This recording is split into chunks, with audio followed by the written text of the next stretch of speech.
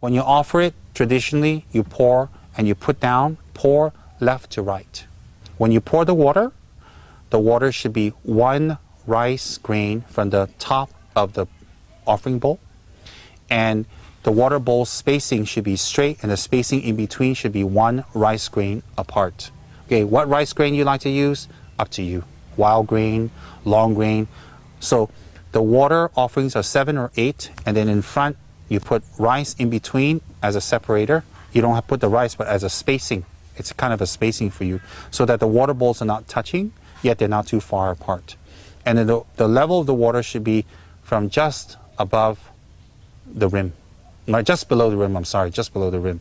So therefore you have a whole set of offerings in front. And you can do multiples. You can do 7, 21, you can do, 35, you can do 108, up to you every single day. You can offer it in the morning, clean it in the afternoon. You can offer it in the afternoon, clean it in the evening, up to you. When you clear it, you go from right to left. If you cannot do that, it's not a big deal. This is just traditionally how they do it. After you offer, while you're offering the water, you should recite Om Ahom, Om Ahom, Om Ahom, Om Ahom to purify the water. And after you've done it, you just take a stick of incense, light it, and put it in front of the water, kind of place it in front of the water and purify it again. And then you may sit down to do your meditations.